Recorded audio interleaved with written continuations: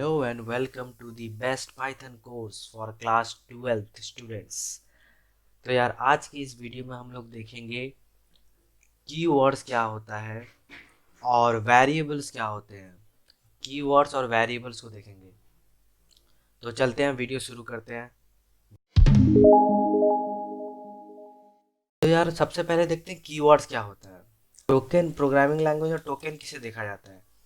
Token token एक ऐसा, मतलब आपने एटम एटम पढ़ा है ना, एटम जिसे बोलते हैं smallest particle of an element.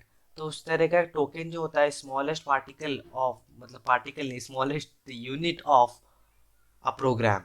एक प्रोग्राम का सबसे स्मॉलेस्ट यूनिट को टोकन बोला जाता है। तो उसको अगर हम लोग प्रैक्टिकल करके देखें कि टोकन क्या होता है, मैं इसे पेंट को वापस से खोल लिया था। तो अगर फिर से पेंट आइडियली आइडियली 3.7 वाला अगर मैं खोलूँ और ओपन हो जा, ठीक है। तो हम लोग देखें कि टोकन क्या चीज़ होता है। हम लोग देखें क्या होता है, जो smallest part of a program उसे टोकन बोला जाता है। अगर मैं इधर एक प्रोग्राम लिखूँ for I in range 100 and, और फिर मैं इधर लिखूँ print print hello print hello, अगर मैं ऐसे कुछ लिख दूँ, ठीक है। तो आपका फॉर एक टोकन है, आई एक टोकन है, इन एक टोकन है, रेंज एक टोकन है, ब्रैकेट एक टोकन है, और 100 एक टोकन है, और एक कॉलन एक टोकन है, प्रिंट एक टोकन है, और फिर जो आपका पैरेंथेसिस जो आपका सिंपल ब्रैकेट होता है वो एक टोकन है, और आपका ये जो कोट्स टोकन है, आपका इंडी जो आपका एच जो आपका हेलो लिखा है वो एक टोकन है, ठीक है। और आपका ये वाला ब्रैकेट भी एक टोकन है। इधर आप ये मत समझो कि छोटा एलिमेंट मतलब फॉर का एफ एक टोकन, ओ एक टोकन, आर एक टोकन, नहीं। आपका फॉर पूरा फॉर ही टोकन है, ठीक है। तो ये टोकन अगर मैं ऐसे इसको इसको अगर मैं रन कर दूं तो, अबे यार, तो ऐसे हेलो 100 बार प्रिंट हो गया। तो आप समझे टोकन क्या चीज होता है। अब हम जाने के कीवर्ड क्या है। मैं वापस से क्यों खूब बंद कर दिया भाई। Ideally Python 3.7 ideally. तो ठीक है, अब हम देखेंगे कि कीवर्ड्स क्या होते हैं। कीवर्ड्स, अब कीवर्ड्स जैसे हम लोगों ने फॉर देखा, फॉर ठीक है। फॉर, तो फॉर एक कीवर्ड है। अब फॉर कीवर्ड क्यों है, किस वजह से हम फॉर को कीवर्ड बोलते हैं। मान लो ये आपका एक प्रोग्राम है, ठीक है। ये आपका प्रोग्राम नहीं, आपका पाइथन है। पाइथन का इसे लाइब्रेरी समझ लो, कंपाइलर जो होता है। मैं इसके अंदर लिख देता हूँ, ठीक है। तो ये कंपाइलर है। कंपाइलर में आपका कुछ, कंपाइलर को एक तरह से समझ लो एक लाइब्रेरी है, ठीक है। लाइब्रेरी के अंदर बहुत सारे सामान हैं, पहले से हैं, बुक्स पहले से हैं। वैसे आपका अब कंपाइलर पाइथन में कंपाइलर नहीं होता, पाइथन में इंटरप्रेटर होता है, लेकिन मैंने शॉर्ट में कंपाइलर लिखा है, समझ लो। क्योंकि काम एक ही है, बस काम करने का तरीका अलग है। अगर आपने नहीं देखा पुराना वाला वीडियो जिसमें मैंने एक्सप्लेन किया था कंपाइलर और इंटरप्रेटर के बीच में डिफरेंस, तो आप आई बटन पे क्लिक करके देख लेना, ठीक है। तो अभी आगे बढ़ते हैं। अभी देखते हैं कि कंपाइलर में मैंने जैसे कहा, कुछ पहले से कुछ वर्ड होते हैं, रिजर्व्ड वर्ड होते हैं, उन्हें कीवर्ड बोला जाता है। मतलब कीवर्ड एक ऐसे वर्ड होता है जिसका एक स्पेसिफिक पर्पस होता है प्रोग्राम में। जैसे कि फॉर एक वर्ड है, और फिर आपका इफ एक कीवर्ड है, और आपका इन एक कीवर्ड है, और आपका नॉट एक कीवर्ड है, और आपका एल्स एक कीवर्ड है। ऐसे करके बहुत सारे कीवर्ड ऑलरेडी पाइथन के अंदर आते हैं। अब उनका काम एक स्पेसिफिक पर्पस होता है। मतलब फॉर का, जैसे अगर हम फॉर को देखें तो फॉर का एक स्पेसिफिक पर्पस ये है कि वो लूप कराता है। लूपिंग स्टेटमेंट का, जहाँ पर लूप स्टेटमेंट होता है वहाँ पर फॉर का इस्तेमाल होता है। वाइल का भी इस्तेमाल होता है, लेकिन फॉर फॉर और वाइल दोनों कीवर्ड हैं। फॉर और वाइल जहाँ पर होंगे मतलब वो लूपिंग स्टेटमेंट है। इफ कंडीशन चेक करने के लिए है, इफ एल्स दोनों कंडीशन चेक करने के लिए है। और आपका इन आपका किसी चीज, कोई चीज किसी के अंदर प्रेजेंट है या नहीं उसको देखने के लिए। नॉट एक कीवर्ड है जिसके आगे नॉट इन लगता है, और या अगर सिंपल नॉट हो तो उसको वो रिवर्स कर देगा। अगर माइनस होगा तो प्लस कर देगा, प्लस होगा तो माइनस कर देगा, इस तरह का। मतलब पॉजिटिव को नेगेटिव, नेगेटिव को पॉजिटिव, सब आगे हम लोग देखेंगे, ठीक है। लेकिन इन कीवर्ड को आप मतलब आपका स्पेसिफिक पर्पस होता है, इन कीवर्ड को आप किसी दूसरे काम के लिए इस्तेमाल कर नहीं कर सकते। इन वर्ड्स को, फॉर को आप वेरिएबल नहीं इस्तेमाल कर सकते। मैं अगर आपको एग्जांपल दिखाऊं, आप वेरिएबल क्या होते हैं उससे पहले देख लेते हैं, ठीक है। आप अब मान लो एक इधर आप हो, आप एक प्रोग्रामर हो और आप बड़े गुस्से में हो, ठीक है। आप बड़े गुस्से में हो, आप बड़े गुस्से में हो, आप बोलोगे तो मैं तो आज कुछ नहीं सुनने वाला, मैं तो आज अजीब अजीब नाम दूंगा मेरे प्रोग्राम में, ठीक है। तो आपने क्या किया ना, आप सपोज आपको दो नंबर को कैलकुलेट करना था, मतलब जैसे आपको 2 और 3 को कैलकुलेट करना था, 2 + 3 कितना होता है आपको कैलकुलेट करना था, ठीक है। आपको कैलकुलेट करना था, तो आपने उसका प्रोग्राम लिखा, आपने प्रोग्राम में कुछ इस प्रकार लिखा, A = 2 और B = 3, ऐसे लिखा। आपने 2 को एक नाम दे दिया और 3 को एक नाम दे दिया। फिर आपने क्या किया, आपने किया plus A + B equals to, आपने A + B कर दिया। आप ऐसे नहीं, A + B इक्वल्स टू गलत। तो आगे मैंने क्या किया ना, इधर लिखा चलो आपने फिर लिखा कि C = A + B।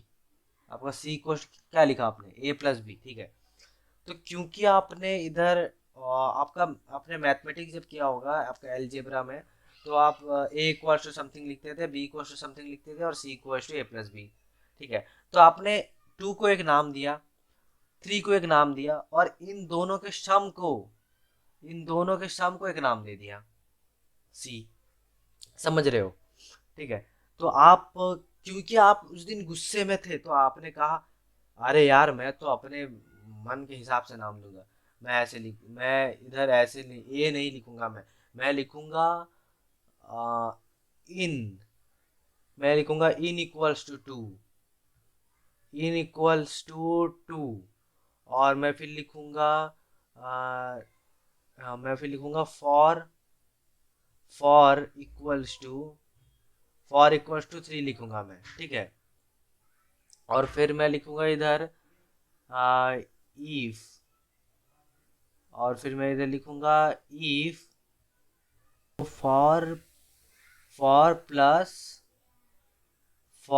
इन इन। अब इन इन सिचुएशन में होता क्या है, आपका C = A + B हो जाएगा, क्योंकि A में आपका 2 स्टोर है तो आपका 2, और B में आपका 3 स्टोर है तो अब B हो गया आपका 3। तो A + B = 3 + 2 और आपका C में आ गया 5। तो इधर इसका आंसर निकलेगा 5, ठीक है। और इसका आंसर भी निकलेगा कितना, इसका आंसर भी निकलेगा 5, क्योंकि ए और बी का वैल्यू चेंज नहीं हुआ। लेकिन क्या इसका आंसर 5 निकलेगा, उसको हम करके देखते हैं, ठीक है।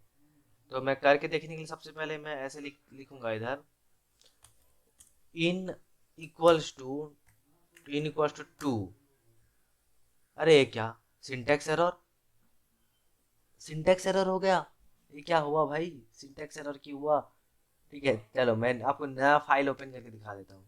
मैं इधर लिखूंगा इन इक्वल्स टू, वो तो वहीं पर सिंटेक्स एरर दिखा दिया, लेकिन इधर देखो फिर इन इक्वल्स टू 2 और आपका फॉर इक्वल्स टू, और फिर मैं क्या करूँगा ना, प्रिंट कर दूंगा इन इफ को, और मैं इसको रन करूँगा F5 दबा एरर, क्योंकि मुझे पता है एरर आएगा, error.py, ठीक है। अरे क्या इनवैलिड सिंटैक्स मतलब आपका ग्रामर गलत है, आपने गलत ग्रामर कर दिया। ग्रामर गलत है मतलब आपने आप इन एक, क्योंकि एक कीवर्ड है उसका एक स्पेशल काम है, आपने उसको दो दे दिया, एक ऐसा बात है। मैं मतलब आप समझो कि आपका काम है ट्रेन चलाना, ठीक है, और आपको मैं दे दिया प्लेन चलाने के लिए, तो आप एरोप्लेन लेके क्रैश कर जाओगे। आपका काम है बस चलाना, मैंने आपको ट्रेन चलाने दे दिया, तो वैसे ही आपने फॉर का काम है लूप करना, और आपने उसको 3 असाइन कर दिया, तो वहीं पर क्रैश हो गया, बोला कि नहीं भाई मेरे से ना हो पाएगा, ठीक है। यहाँ पर हम लोग को समझे क्या, यहाँ पर हम लोग समझे कि एक ऐसे वर्ड्स होते हैं जो कि कंपाइलर में पहले से मौजूद होते हैं उन्हें हम नहीं बनाते, और उनका एक स्पेशल काम होता है, हम उसके उनके काम के साथ छेड़खानी नहीं कर सकते। लेकिन वेरिएबल एक ऐसे वर्ड होते हैं जो कि हम प्रोग्रामर खुद नाम देते हैं उनको। जैसे कि मैंने 2 को नाम दे दिया ए, बी को नाम दे दिया 3, वहां पर मैं कुछ भी नाम दे सकता हूँ, लेकिन वो नाम याद रखो कीवर्ड नहीं होना चाहिए, कोई कीवर्ड नहीं होना चाहिए नाम। आप बाकी में आप जैसे जो वेरिएबल असाइन करना है कर सकते हो, ठीक है। तो हम कीवर्ड कॉन्सेप्ट को हम समझ लिया, अब वेरिएबल कॉन्सेप्ट को समझते हैं कि वेरिएबल क्या होता है। लो, आप आपको 2 नंबर का कैलकुलेशन करना है, ठीक है। मान लो ये आपका मेमोरी है, ठीक है, ये आपका मेमोरी है। आपके मेमोरी में बहुत सारे ब्लॉक्स हैं, मेमोरी ब्लॉक्स जिन्हें बोलते हैं। मैं रैम की बात कर रहा हूँ, आपका ये स्टोरेज नहीं, रैम। नंबर का कैलकुलेशन करना है मेरे को 2 और 3 का कैलकुलेशन करना है, 2 और 3 का कैलकुलेशन करना है। तो मैं क्या करा ना, 2 को एक नाम दे दिया, मैं 2 को एक नाम दे दिया ए, और 3 को एक नाम दे दिया बी, ठीक है। तो ये क्या होगा ना, जो ये वेरिएबल ए होगा, ये 2 का वैल्यू लेके कहीं एक मेमोरी लोकेशन में बैठ जाएगा, जाके बोलेगा कि मैं इधर बैठता हूँ, इन 16 करोड़ जगहों में से मेरे को एक प्लॉट दे दो जहां पर मैं 2 स्टोर कर दूं। खुद जाके स्टोर हो गया, ठीक है। और फिर बी जो होगा, बी कहीं एक लोकेशन में जाके बैठ जाएगा, बोलेगा मुझे ए वाला प्लॉट मेरे को दे दो, मैं इधर बैठ जाता हूँ, ठीक है। फिर मैंने क्या किया ना, सी लिखाया।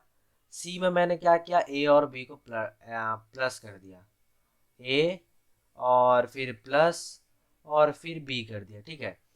जो आपका सी होगा, सी में कितना वैल्यू आ जाएगा आपका, 5, 5 आ जाएगा। तो सी क्या क्या करेगा ना, यहाँ से वैल्यू सबसे पहले लेगा, पर्टिकुलर लोकेशन से मैं वैल्यू लिया ए का, और फिर इस पर्टिकुलर लोकेशन से, और फिर इस पर्टिकुलर लोकेशन से मैंने वैल्यू लिया बी का, ठीक है, वैल्यू लिया बी का। अब मैंने क्या किया ना, सी ने अब सी ने ऐड कर दिया 5। अब सी का जो वैल्यू है 5, वो एक किसी लोकेशन में चला जाएगा और उधर वो स्टोर हो जाएगा, बोलेगा कि मुझे इधर एक प्लॉट दे दो, मैं तुम्हें 2 करोड़ रुपया देता हूँ प्लॉट का, मुझे प्लॉट खरीद के दे दो, ठीक है। उधर उसने सी उधर बैठ गया, अब सी का वैल्यू 5 है। जैसे ही मैंने लिखा कि प्रिंट कर दो सी को, तो ये सी का वैल्यू उधर जाएगा, बोलेगा कि प्रिंट प्रिंट बोला कि प्रिंट प्रिंट बोला सी को बुलाओ। सी यहाँ से गया, सी को पूछा कि कितना तुम्हारा वैल्यू कितना है, वो बोला कि मेरा वैल्यू 5 का वैल्यू है, मैं ऐसे कोई लोअर कैटेगरी वाला इंसान नहीं, बहुत वैल्यूबल इंसान हूँ, 5 का वैल्यू है मेरा। तो बोला अच्छा 5 का वैल्यू, चल मैं तेरे को प्रिंट कर देता हूँ, प्रिंट करके तेरी पूरी दुनिया को या प्रोग्रामर को दिखा देता हूँ कि वैल्यू तेरा 5 का है, समझे। तो ये हो गया आपका वेरिएबल। अब समझ गए कि वेरिएबल क्या होता है। इन्हें हम आइडेंटिफायर्स भी बोलते हैं। आइडेंटिफायर्स मतलब क्या, वेरिएबल, अब वेरिएबल होता है एक कांस्टेंट भी होता है। कांस्टेंट मतलब जिसका वैल्यू चेंज नहीं होता। समझ लो आपने एक वेरिएबल बनाया जिसका नाम है पाई, पी आई, मैं कैपिटल में लिख रहा हूँ, ध्यान से देना, मैं स्मॉल नहीं लिख रहा, पाई। और पाई का वैल्यू मैंने स्टोर कर दिया कि आपका पाई का वैल्यू होता है 3.14, पाई का वैल्यू मेरा इतना है। तो ये आप स्मॉल में भी लिख सकते थे, लेकिन कैपिटल में इसलिए लिखते हैं कि कैपिटल आपका कांस्टेंट को रिप्रेजेंट करता है, बस एक अच्छी प्रैक्टिस है कैपिटल में लिखना, ठीक है। तो पाई को 3.14, अब पाई का वैल्यू तो चेंज नहीं हुआ क्योंकि वो कांस्टेंट है, तो हम लोगों ने पाई को इसलिए कैपिटल में लिखा और 3.14 लिख दिया, कि हमने बोला कि भाई इसे चेंज मत करना कभी, नहीं तो आपका प्रोग्राम में गलत आउटपुट आएगा, समझ रहे हो। तो मैंने एक कांस्टेंट बना दिया। वेरिएबल और कांस्टेंट दोनों ही एक कैटेगरी में आते हैं जिन्हें बोला जाता है आइडेंटिफायर। जैसे मैंने कीवर्ड देखा, कीवर्ड वेरिएबल कुछ नहीं होता, कीवर्ड एक होता है और आइडेंटिफायर एक होता है। आइडेंटिफायर मतलब किसी चीज को नाम दे दो, जैसे कि आप जब पैदा हुए तो आपको नाम दे दिया गया अमन, वैसे मेरा नाम है, चलो दे आपको दे दिया गया अमन, ठीक है। तो जैसे ही आपको अमन नाम दे देगा कि आपको एक आइडेंटिफायर मिल गया, कि आपको मतलब आपको लोग आइडेंटिफाई करेंगे, आपको घर में बुलाया जाएगा अमन नाम से। और कोई बंदा एक पैदा हुआ आपके घर पे, उसको नाम दे देगा गया सैम। और कोई पैदा हुआ, आपको उसको नाम दे देगा गया प्रिंस, ये हमारा टीम का नाम ले रहा हूँ बस, ठीक है। और कोई पैदा हुआ तो उसका नाम दे देगा देव। एक ही घर में बात कर रहा हूँ, एक ही लोग आपका एक ही घर के अंदर, मैं अभी हम एक ही प्रोग्राम्स का बात कर रहे हैं ना। तो चलो उधर जो नाम दे देंगे आप, तो आपको आइडेंटिफाई करने के लिए, अब अगर सबका नाम अमन होता, सबका नाम सैम होता, तो तब क्या होता? तब मतलब ऐसे कुछ एरर आता कि मतलब आप आपका एरर क्या आएगा? मैं सपोज कोई मुझे बुलाएगा तो उधर और कोई चला जाएगा अमन नाम से, तो कोई अगर और किसी को बुलाएगा और कोई अमन नाम से चला जाएगा, समझ कर। ठीक है, ये क्या होता है ना, आपको आइडेंटिफाई करने के लिए अलग अलग नाम दिया जाता है। ठीक है, तो अब वहां पर हम लोगों ने जैसे प्रोग्राम में आपको टू को आइडेंटिफाई करने के लिए मैंने ए दे दिया, को आइडेंटिफाई करने के लिए बी दे दिया, और ए प्लस बी को आइडेंटिफाई करने के लिए मैंने सी दे दिया, तो इसलिए उसको आइडेंटिफायर बोला जाता है। लेकिन इन आइडेंटिफायर का कुछ रूल होता है। अब वो रूल क्या होता है आइडेंटिफायर का? लिख सकते हैं 3c इक्वल्स टू 5, ऐसे नहीं लिख सकते। इसका मतलब क्या है? इसका मतलब ये है कि आपका आइडेंटिफायर या आपका वेरिएबल का नेम कभी भी एक नंबर से स्टार्ट नहीं होना चाहिए। ठीक है, आप ऐसे नहीं लिख सकते एंड, जो आपका एम्परसेंड सिंबल होता है, सी और 5, मतलब इसका मतलब यह है कि आपका वेरिएबल का नेम कभी भी, या आपका आइडेंटिफायर जो होता है कभी भी एक, क्या बोलते हैं उसको, सिंबल से स्टार्ट नहीं हो सकता, सिवाय अंडरस्कोर के।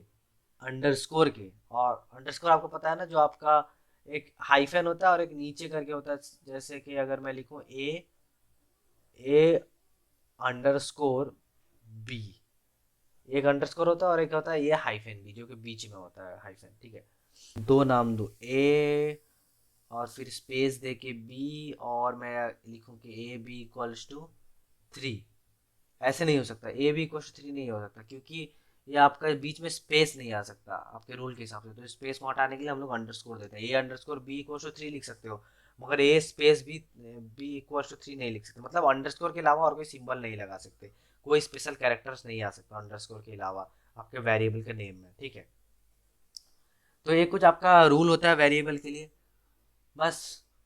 तो हम लोगों ने आज देखा कि कीवर्ड्स क्या होते हैं, आइडेंटिफायर्स क्या होते हैं, वेरिएबल्स कैसे क्या होता है, और कांस्टेंट कैसे क्या होता है। तो नेक्स्ट वीडियो में हम लोग और ज़्यादा जानेंगे और कुछ प्रोग्राम्स करेंगे इससे रिलेटेड।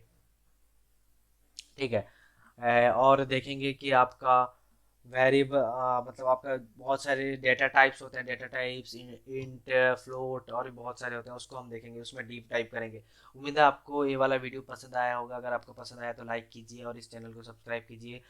और हैकाथॉन और कोडिंग कंपटीशन और बाकी जितने भी आपके क्लास 12 से रिलेटेड होने वाले हैं पाइथन के ऊपर, उसके लिए आप डिस्कॉर्ड सर्वर ज्वाइन कर सकते हैं, लिंक आपका डिस्क्रिप्शन में मिल जाएगा। तो चलते हैं, तब तक के लिए see ya, have a good day, bye.